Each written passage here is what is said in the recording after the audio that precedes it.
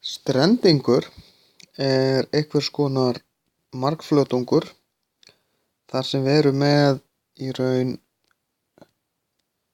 einhvers konar grunnflöt sem er ekki hringur heldur getur verið reglulegur kassi eins og við erum með hér,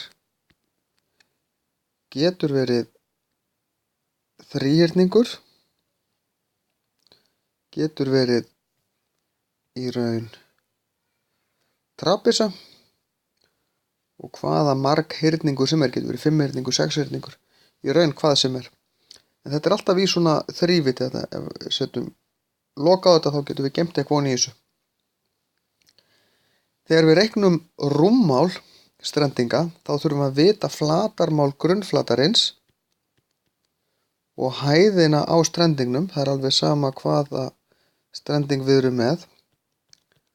Við þurfum alltaf flatarmál grunnflatarins sinnum hæðin. Og við þurfum þá að vita hvernig á að finna flatarmál fyrir hvern grunnflöt fyrir sig. En eins og ég sagði áðan þá getur þetta verið fleiri heldur en þessi þrír.